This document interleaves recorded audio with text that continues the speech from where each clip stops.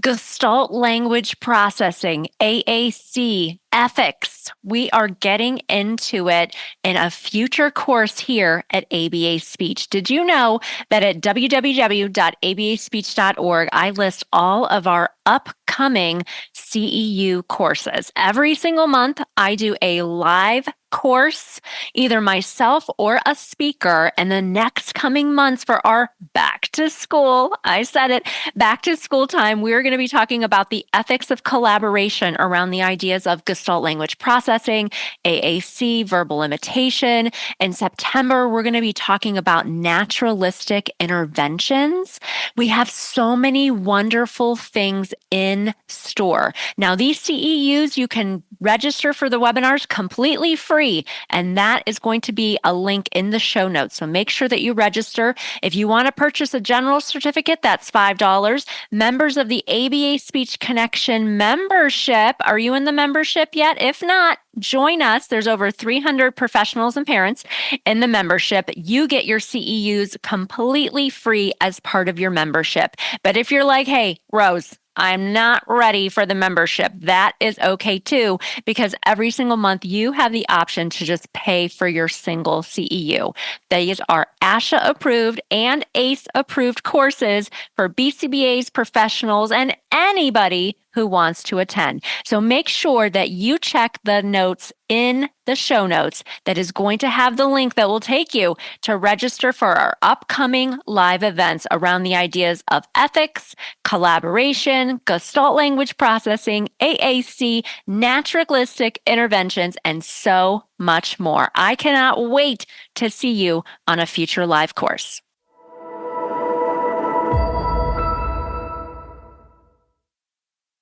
Today, my guest on the Autism Outreach podcast is Chris Bugaj. I heard him talk at a conference down in Orlando.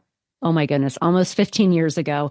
And he was an amazing speaker. He was engaging the audience. We were learning. It was like a dialogue. I was so impressed. I have watched his career blossom in his administrative role and in his podcasting, along with Rachel in Talking with Tech. He really is a bright spot in the field. Today, we talk all about the history of AAC, how 15 years ago, maybe we were setting goals that were not the best and that we can do so much better. We discussed some of our woes with goal setting and certain clients and aha moments that we've both had. We also talk all about using a growth mindset with clinicians and with students who are using AAC. Another tidbit that Chris shares, which is really fascinating, is his professional development training plan that he utilizes in his district. So how can we help students get the AAC devices that they need or the AAC tech that they need? And how can we support not only the student, but everybody in the student's environment? And they have it down to a science. You know me, I love a systematic plan.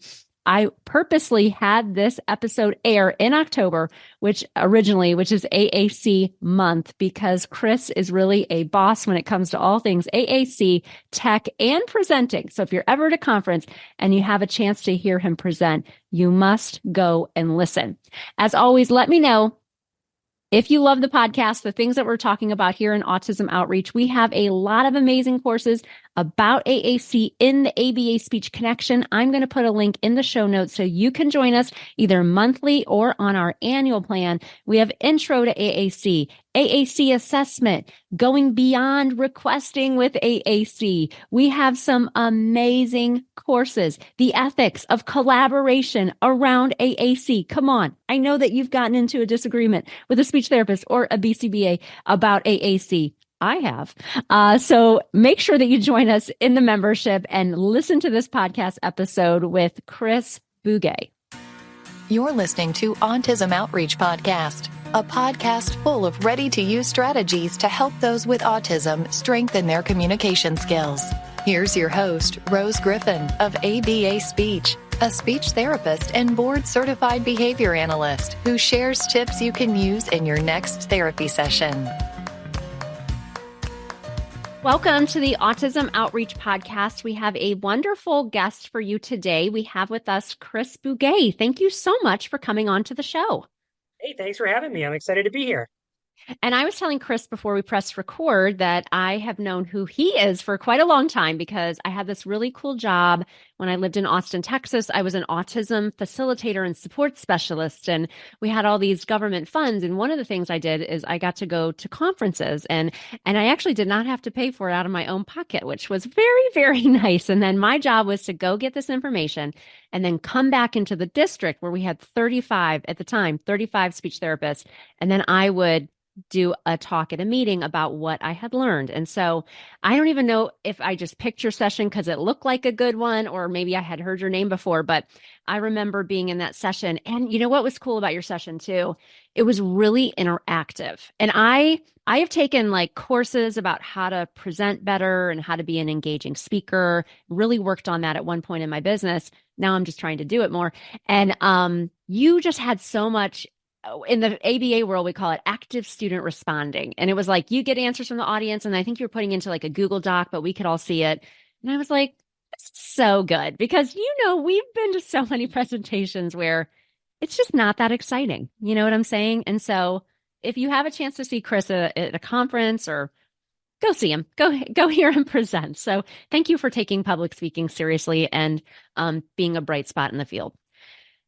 Well, I just want to say thank you so much for saying that. That has been something I've worked at for many, many years, is to realize, especially here in 2024, I cannot understand why you would spend all sorts of money and time to go to a place to go sit in a chair and watch somebody talk, where literally you're doing that right now from your home, Right. right? Or on your treadmill if you're watching this, right? Like why? Yes. So if you're going to go someplace, have an interaction with somebody, not just one way, let's make it two ways, and let's make it fun. That's what's going to stick Yes. more. That's what's going to, you're going to hear all these years later, you're remembering having a good experience around Mhm. that, as opposed to just one other session that, fell into the ether of nothingness. Yeah. Yes. Yeah. That's what like, because I got asked to do this keynote. It was last April for Autism Acceptance Month. And I was like, okay, I'm doing it, because I have 3 kids, hard for me to leave my house, but I've just made this decision that to prepare for this keynote last year, I was like, okay, I got to go to conferences and I want to present in person once a month. But I feel like once you do that, I took a course on, worked with a mentor. I'm like, I like my slide deck a certain way. I have to see my presenter notes. I've got a clicker. And I actually really like, I call it the Oprah Winfrey mic, because then I can get into the audience and people can answer questions. And people like that. At least they come to my sessions, they're eager to participate. So, if you want to learn a little something about public speaking, engage the audience, people. Please, please engage the audience, right? I mean, I want to tell you a quick story. So I Yeah. remember going to ATIA when I was super green, like Yeah. maybe 2020, 2002, like Okay. 2002, maybe 2003, somewhere around there, right? So I'm just going, I'm not presenting. This is well before I was, wrote books or presented or Yeah. had podcasts or anything. And back then there was this thing called Moodle. It still exists, but it was sort of the Okay. precursor to Canvas or Schoology Yeah. or even Google Classroom, right? And I was like, okay, I want to learn how to make like these online courses and stuff. So I go in, and this guy is front of the room. I wish I knew who he was. I don't remember. But he took his chair, spun it around, put his forearms on the chair. He's front of the room. He goes, all right, I use Moodle all day, all the time. What do you want to know? And that was the session. He just talked about Moodle because he knew his Wow. content, right? And if you know your Yeah. content, then you don't have to have a slide deck that you go through Right. slide by slide, or that you have to memorize something. It's Hmm. like you work in this world or in this field Right. every day. You can just talk about it and share, right? It's so much more authentic, and it's so much more engaging for people, right? Where they can come and they can actually get their answers answered. Yes, yes. And if you're thinking about, I'm going to do like a solo show about, public speak, going to conferences, and just, some are invite only, some you get invited, some you submit a proposal, just what that looks like. But my coach that I work with, Mike Pacquione, has just said, the bar is very low on public speaking. So when you can do it, you can knock it out of the park, and it's just like getting in front of the room, right? So I love that. Totally. But Not, I have yeah, one more tip for yeah. you then. I If love you're to going hear to it. do that, Yeah. something that always sticks in the back of my mind is that the people in the audience, the participants, want you to succeed. They're not up there looking Yes. for you to get all red and embarrassed and fumble Right. through and Right. dump your index cards everywhere. They want to have a Yes. good experience. So they're rooting for Yes. you, right? They So knowing are. that all those people are on your side and are cheering you on, I think helps Yes. give you confidence when you take those first steps out onto the stage. Yeah, I think that's true too. Something I did too, just like as an antidote on my laptop, which I use, I got these pictures made of like my parents, my own kids, my family. I have this little prayer that I say to my kids every single night since they were born. And I just have those here. And some of them are on my laptop. And it just feels like, yeah, you have to think like everybody is rooting for you. Everybody's on your side. And you really, it's a mindset shift when you say to yourself, like, because I'm sure you went to that first ATIA and you were like, I have something to share. Like, I can't wait to get up there, right? You were probably had that little voice because otherwise you wouldn't have be doing all these things. And I had that voice too, Chris. I did too. And here Totally. we are. Here we are. Those things that you said with like the picture of your family and the Yeah. prayer that you say and things, you know what that sounds like to me? Self-regulation strategies, right? Like, Right. like I'm starting Yeah. to get amped up. I'm nervous. What can I do to make myself? Oh, well, I Right. prepare myself by using these strategies to put Yes. my mind and my body into the right space. Yes, absolutely. I love that. But what I don't know is like how you got into the field because it seems like your jam seems to be AAC, but like how did you determine you wanted to be a speech therapist and then how did you subsequently focus on AAC and tech? Yeah, great question. So yeah, I'm a speech language pathologist, but about 3 years into my career, I was working in elementary school, and in my neck of the woods, we're county based. So it's Okay. right now we're about 100 schools, and they're all one superintendent, all within the same Yeah. county, right? So we had these, different speech therapists at different schools, and we had a supervisor, and that supervisor saw that I wasn't afraid of technology. I never thought of myself as someone particularly like good at tech or liking tech or like a speech, right? So, Yeah. but I knew how to use spreadsheets, and I Yeah. wasn't afraid of it, and so my director said, we're putting together a an assistive technology team. We want one of our speech therapists to be on that team. Would you like to be the speech representative on our assistive technology team? And I was like, sure, let's do that. So I did that, and for 1 year, I was half speech. Like part of my day was doing speech therapy, like you'd expect in a school, and the other half was building this assistive technology team. And then they realized that was really two full-time jobs, and then it became, well, this. How about you're just full-time on this team? And many years later, now I'm sort of the leader of the team. I'm the Oh, assistive neat. technology specialist for our team, and so AAC is a component underneath the larger umbrella of assistive technology, right? It's one Yeah. item or one, bulk of items or category Right. of items that would fall under assistive technology. And then something I've learned over the years with that is underneath assistive technology, well, I guess above assistive technology is under this thing is inclusive learning. Like a Yeah. thousand times, I can't even tell you how many times I've gone out and met with a teacher who's called and said, all right, I'm having this sort of this difficulty with this particular situation, and it has been, oh, well, let's use technology to redesign the situation, Yeah. not necessarily just give it to one kid and they have to and then they can engage in that situation. It's really about redesigning the situation. So long story short, how did I get into it? I was just not afraid of tech, and I started to just be on this assistive technology team. And what was really great, if there's any administrators out there or future administrators, you really want to empower your people. Like we had this feeling about our team. There was me and four others that our director was like, I don't know anything about assistive technology. Go, you figure it out, run things Yeah. by me, but I trust you. I put you here Yeah. because I trust you, and I don't have to micromanage every single decision, just the big things. I trust you to bring them to me, and I've never forgotten that. Like, so I try to lead with Yeah. that sort of style as well, as like we're all figuring this out together. You don't have to um you should feel empowered to make Mhm. decisions. So Yeah. Oh, I love that. That's very cool. Yeah. And then, Oh, wait, yeah, yeah, AAC. Let me tell you about AAC more specifically there. So here's the deal with AAC. So when I was that speech therapist those first 3 years, again, not afraid of it. So we had Go Talks, and right. Go Talk is this like it's still out there. These green devices that Yeah. 412, 429. There's different sizes. Anyway, so I was using those in an autism classroom and having good success with some of the kids. I'm going to put this in air quotes, good success. Then we Yeah. started, we, um, we started the assistive technology team. And the first evaluation I ever did, went and saw this little girl out in maybe in multiple disabilities classroom. Yeah. Girl completely non-speaking. Back then I would have said nonverbal. Now I say Right. non-speaking. Right. And the speech therapist, myself, a partner that I had come out with me, because at the time we were doing evaluations in teams. We were a Oh, fleggling team. So we would go yeah. out together. Long story short, we're like, we know what this girl needs. Again, this is circa 2003, four, Yeah. somewhere in there. We know what this girl needs. She needs something called an iTalk. Do you know what an iTalk is? Oh, Have you ever heard of was an it the iTalk? iPad, the precursor to it? No.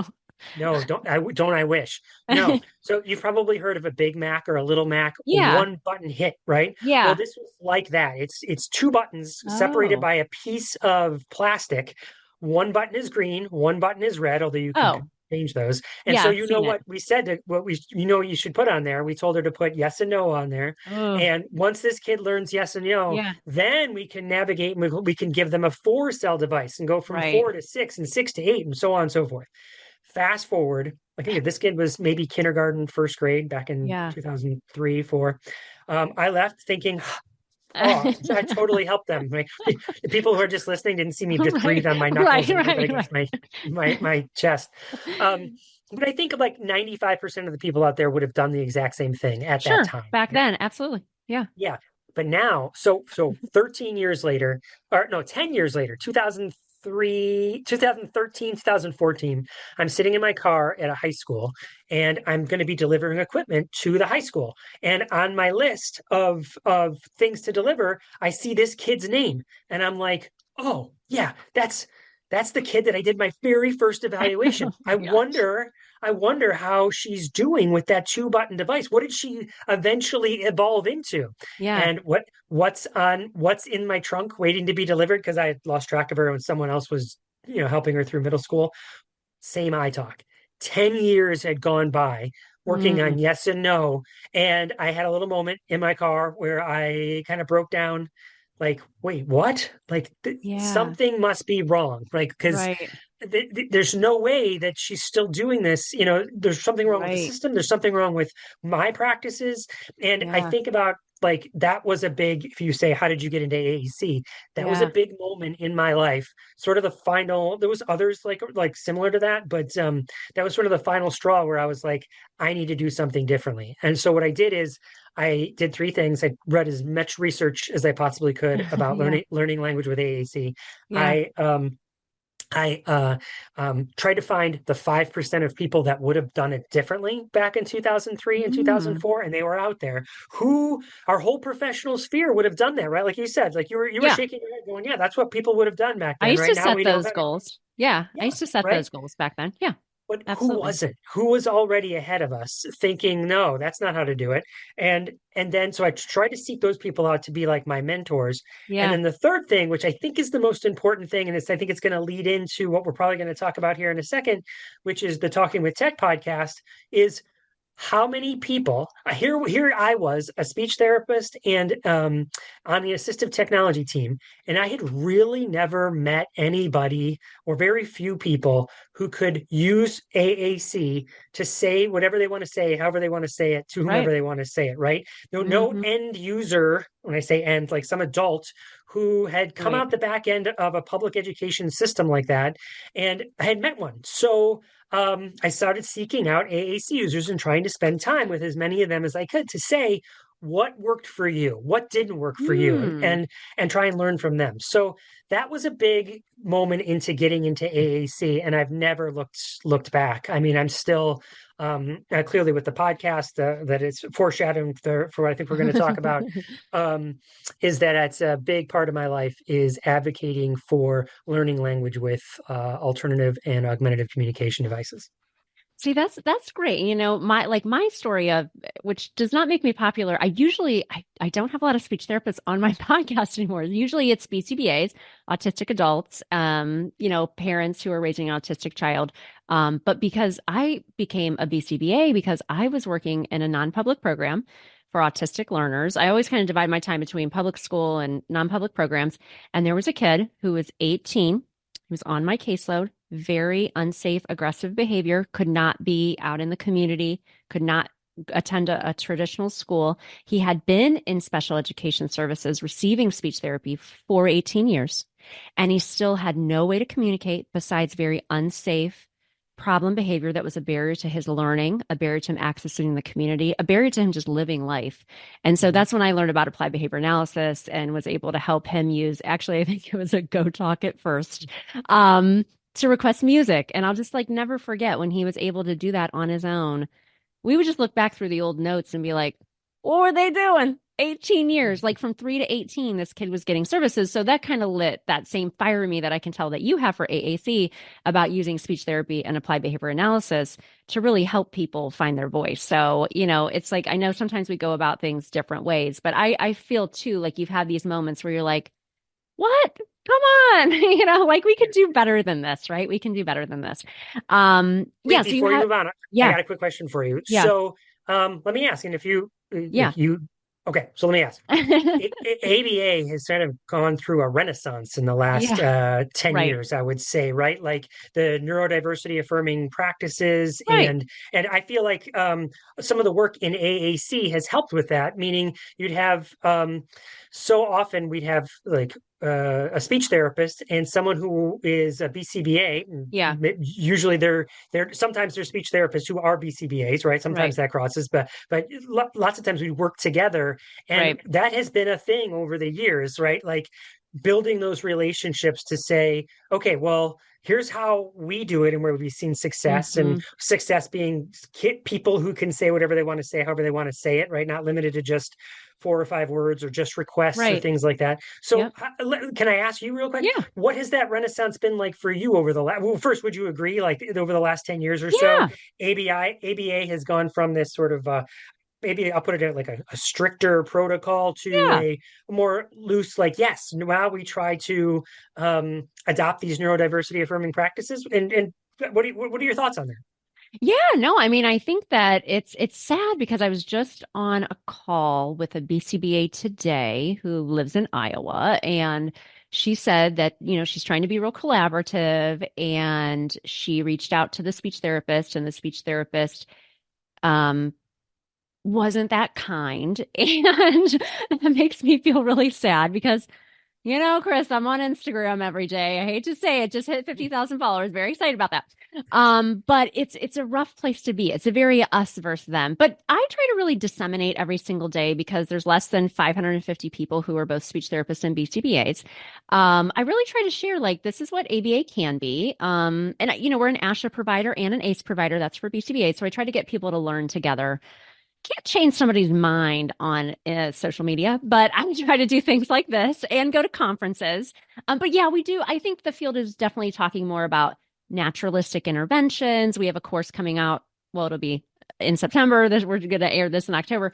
And just trying to share, those things. It's sad because once somebody gets it in their mind that ABA is bad, it's hard because like from a real perspective, BCBAs are just growing. Like the field is, once we got the insurance coverage, it's growing. And I don't know why we always want to be in conflict. It's just there's so much conflict. And I'm not like somebody who enjoys that. There was a guy, Abel is the last name. It's an open access article about conflict through ASHA last year that I've been talking about in my trainings. And he said, we come from different places, but we really want to help people. And there's might always be some level of conflict. If you're working in public education, there's always going to be some type of conflict. But we are ethically called to collaborate. I try to remind people of that. We do have an ethical code and we are ethically called to collaborate. But you meet one mean speech therapist, you meet one mean BCBA, and you think everybody's like that. So I'm just trying to Totally. show people that it's not really the case. Yeah, it doesn't have to be that way, right? I totally get what Yes. you're saying. Like, if you take a bite of an apple and you're like, ew, I don't like apples. Well, there's like a Right. billion different flavors of apples out there. It doesn't mean you Right. have to like apples, right? And the Right. same thing, I could not agree more that the approach that has worked better for me as far as collaborating has been collaborating with not fighting. You're never going to Right. get anywhere if you've two fists Yes. punching each other, right? You've Right. got to be you got to move a little bit and be have an open mind, and then that's how you can become allies, and then you can show like here's what's working, right? Right. Everyone aligns with data and telling stories about Right. what is successful, so that's not there's some common ground right there, right? Right. But I Right. totally agree, it should not be an us versus you or my way versus your way. It's got Right. to be a collaborative effort.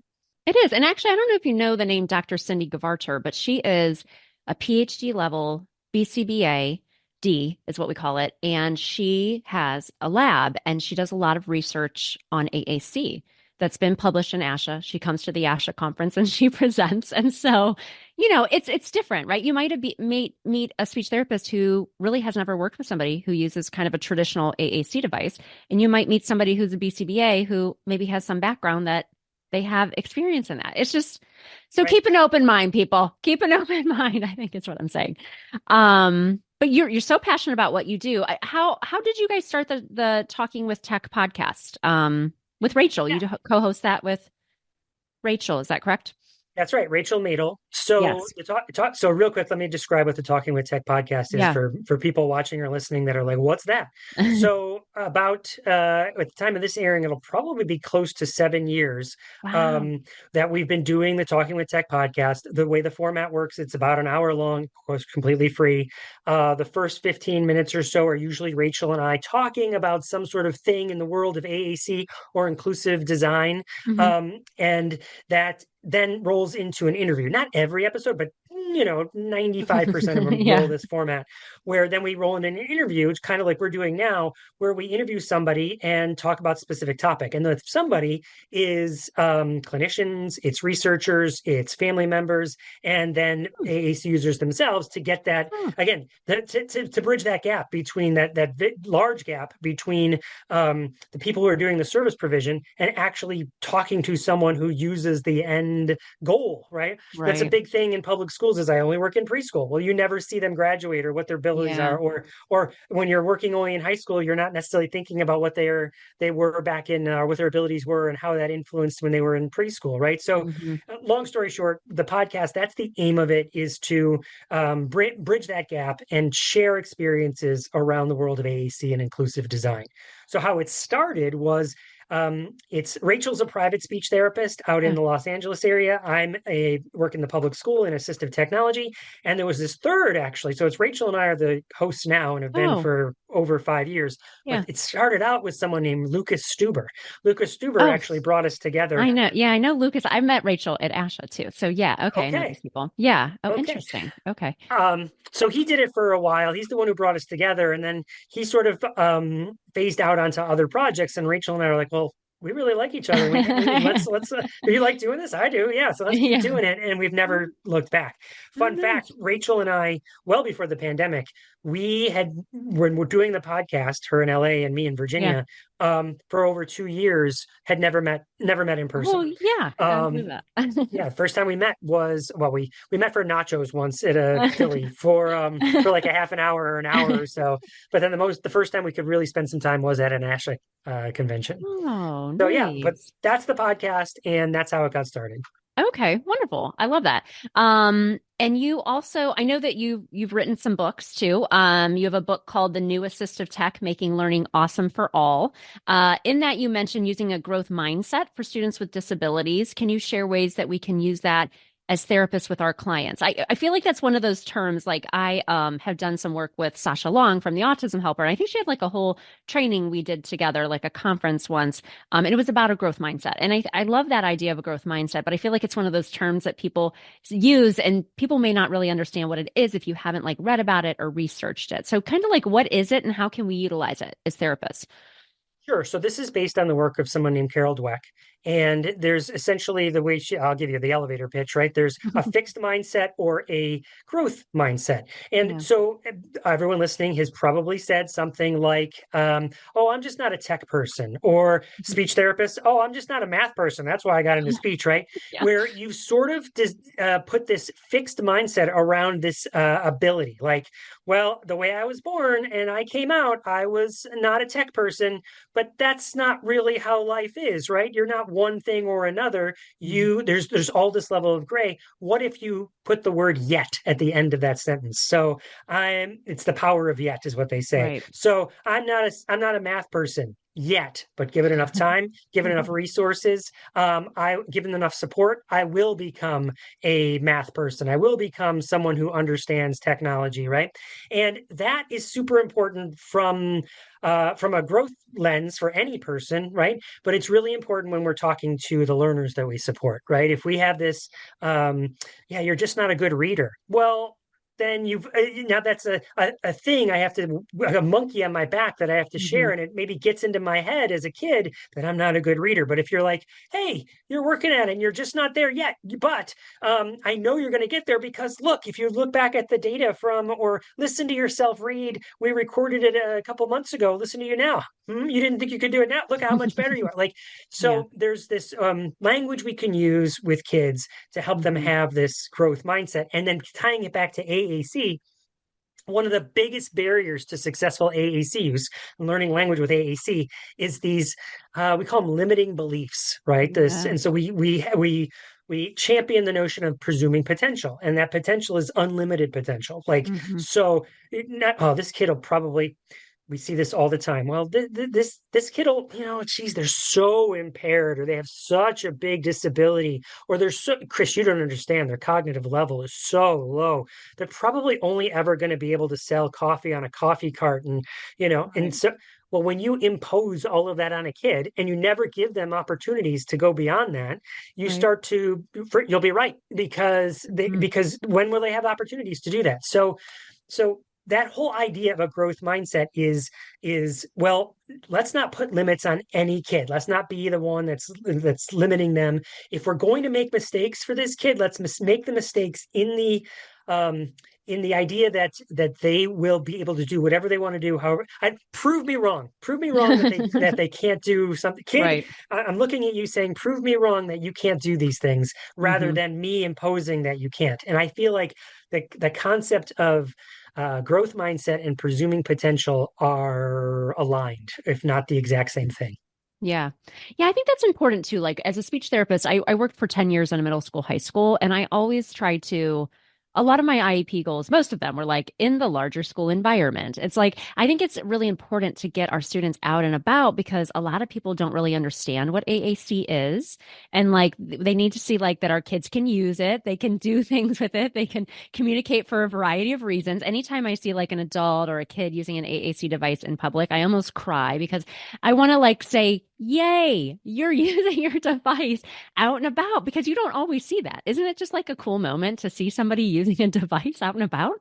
Let me tell you. So yes, absolutely, right. I know I've had those moments, and I'll tell you two stories. One is I had an assistant principal where I've been sharing strategies Yeah. for years, and, Right. and she's like, okay, okay. And one day she told me afterwards, she's like, I went with my own kid to my own like middle school, and I was sitting there watching the volleyball game or whatever, and a dad came in with an AAC device, sat next to his kid, and was modeling on that device, Yeah. and she was like, that's what Chris has been saying. Like, it was an I know, aha moment right. for her, like, Right. oh, okay, this can be done, right? So yes, I love that phenomenon. The second thing that I want to say is we're now in an age where not just writing goals for a kid to use it out in the community or the larger school setting, right? Mhm. We actively are building inclusive environments where we will say, okay, we just did a bunch of these last year, and we're doing them now because we're recording this at the beginning of a school year, right?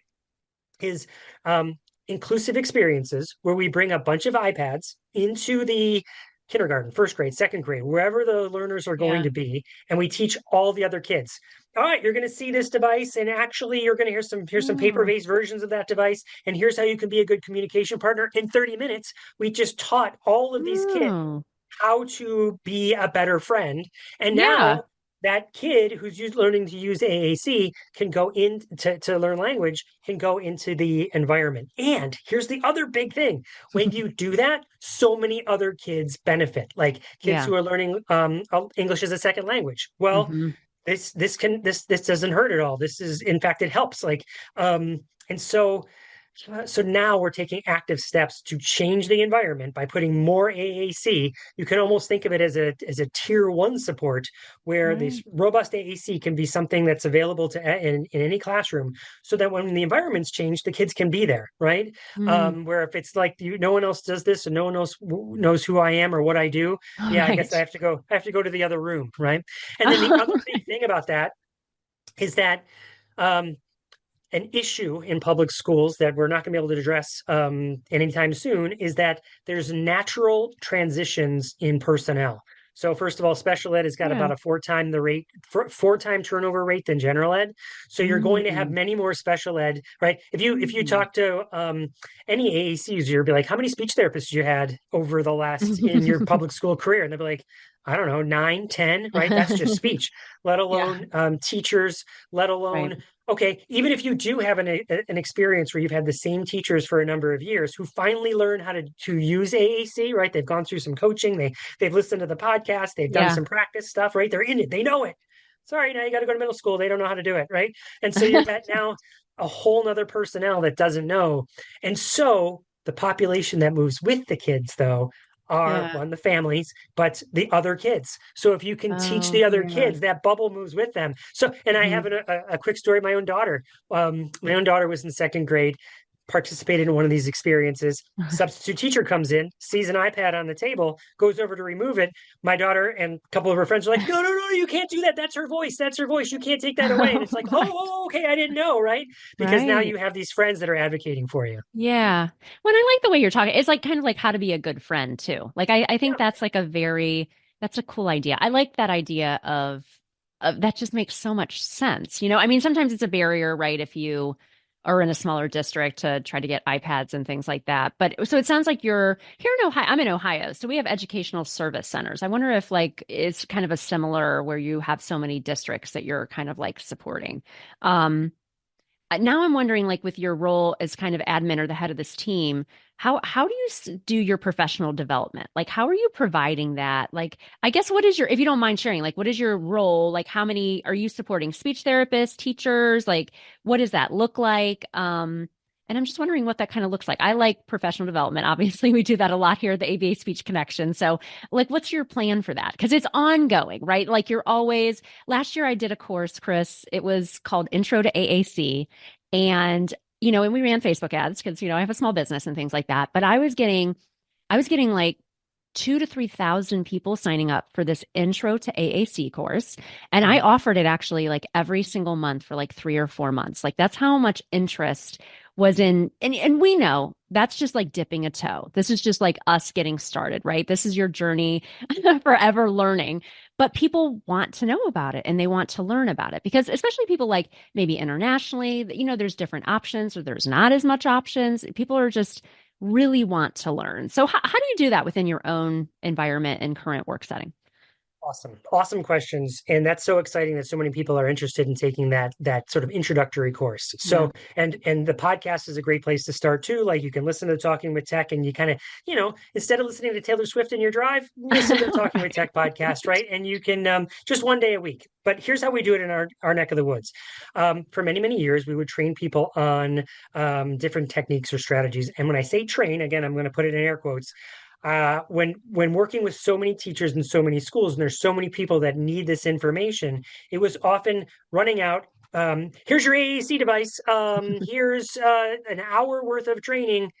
See you later. I'll be back in Right. 3 months. You know what I mean? Yeah. Good luck. Yeah. And that is not enough time, right? So, and it's training itself is its own word. So I'm going to explain that. So the way we approach things now is there's me. I'm an administrator that supports a team of 9 facilitators. So they're Okay. called specialized instructional facilitators for assistive technology. Hmm. And when someone in any of these schools that we support says, we think a kid is struggling with something or needs something, they call in one of these facilitators, and we do exactly that. We facilitate a conversation Hmm. where we say, well, what are the needs? Let's talk about them. And that's how we land on something we want to try. And that's usually like and since we're talking about AAC, it's usually some sort of high-tech AAC device, usually, not Mhm. always, but usually. And so, or so some strategy around that. So now we've got that device. Here you go. And now we have to teach the communication partners how to use it, not just the kid, but Mhm. all the people supporting the kid. It's going to be way more successful if the people supporting the kid know what to do than just the kid themselves, right? So what that looks like is you are invited to come to a day-long training. And it doesn't have to be that. We are big fans of universal design for learning, so we Mhm. also have an online course if that's better for you. Um, and then you come and you learn some of the basics, and we Yeah. specifically focus on one skill. That skill is modeling. There's a Mm. lot of other skills. There's least to most prompting, which I'm sure you and your listeners have heard of, and right, Yeah. that's a skill though, right? Like you might Right. know about it, but actually be able to do it is a different Yeah. thing. Hmm. There's another thing called descriptive teaching. So most AAC devices are built around the concept of core vocabulary. Core vocabulary Hmm. is the most frequently used words, right? Hmm. And then the other words are fringe words. So Ohio, fringe word, right? But a place in the middle of the country, sort of middle, like those are Yeah. words that are more frequent, right? So my point being is you can use core vocabulary to describe fringe vocabulary, and it's a skill, right? Yeah. So meaning you might conceptually know you should do that, but being able to do that is a skill. A great analogy here is throwing a football. You've probably seen who's your favorite quarterback out there? The Well, I Cleveland do like Browns, Patrick Cincinnati Bengals. Mahomes. Oh, well, I mean, I like Patrick Mahomes. I mean, the Okay, Browns, I am a fan, but come on. It's okay. just, yeah. Did you say Josh Allen? Right. Okay. So Josh Allen. I'm just kidding. I'm from Buffalo originally. Um, Okay.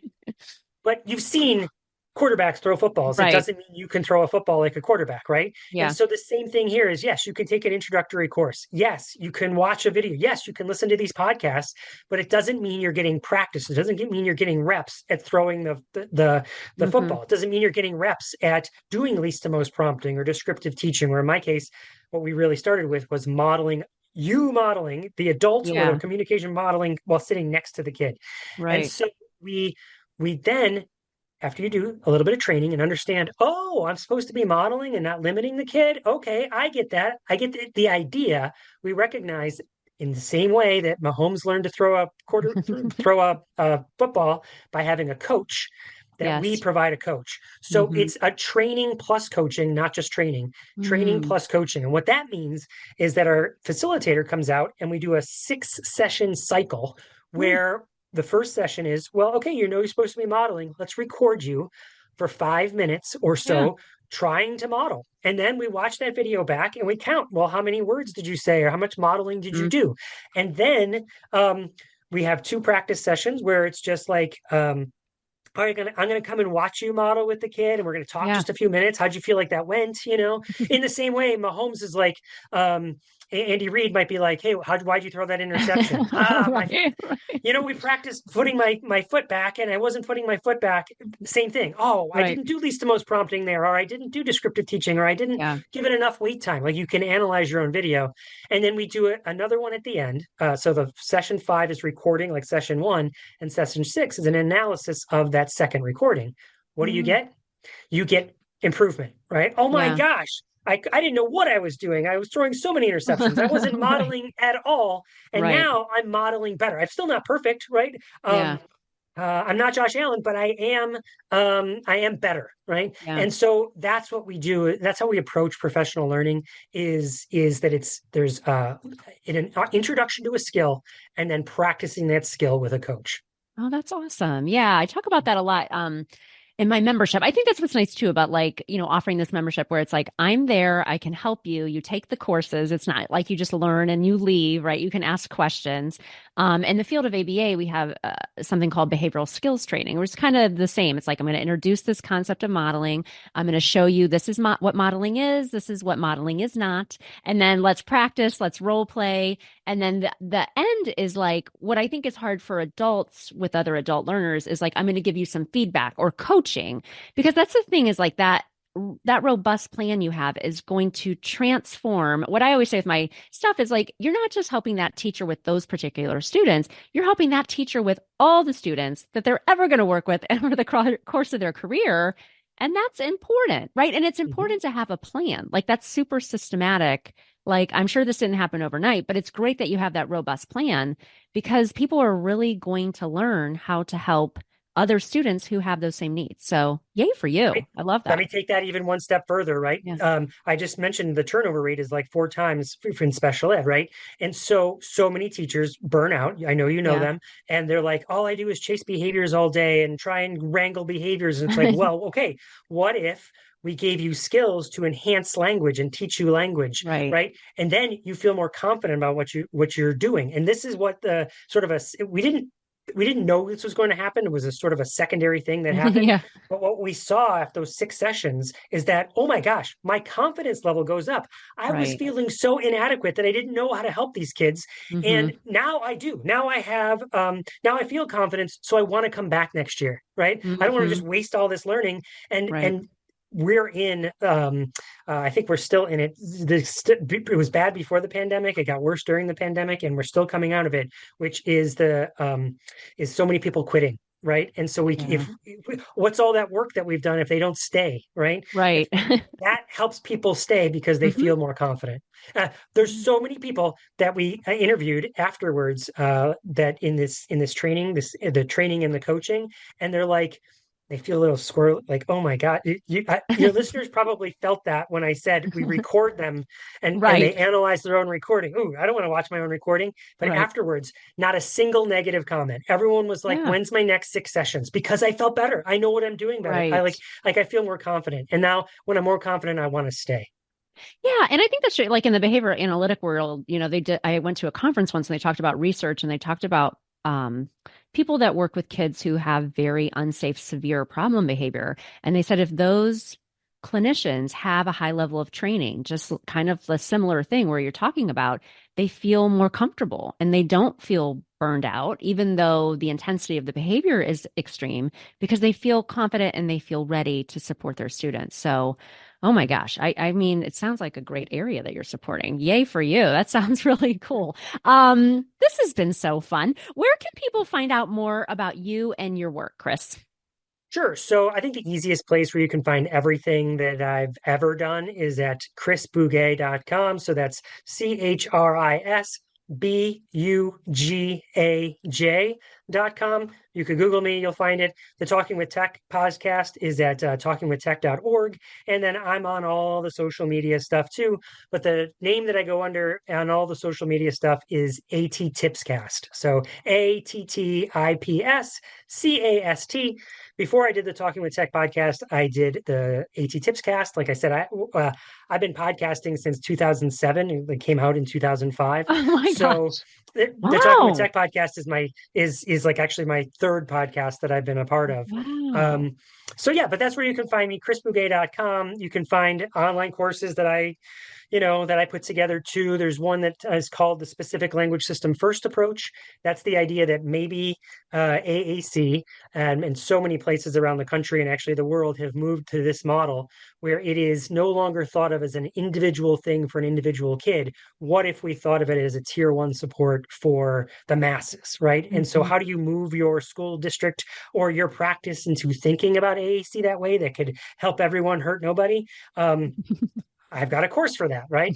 Yeah, all the other stuff is there. Every presentation I've ever done, you can see the title of it, over Oh, 750 now, that you wow. can go see. And so if you're interested in connecting with me, that's the place. Awesome. Well, thanks so much for coming on. It was nice to meet you. Yay, thanks for having me, and keep doing the good work and bringing together the worlds of learning language with AAC and ABA. Trying. Thanks. Thanks for listening to Autism Outreach. If you enjoyed the show today, make sure to subscribe so you don't miss an episode full of actionable strategies you can use in your therapy room. Write a review too. That would mean so much to me. I always love hearing from you. Have a specific topic that you want included on a future show? Reach out over on Instagram, ABA Speech by Rose, or visit me at www.abaspeech.org.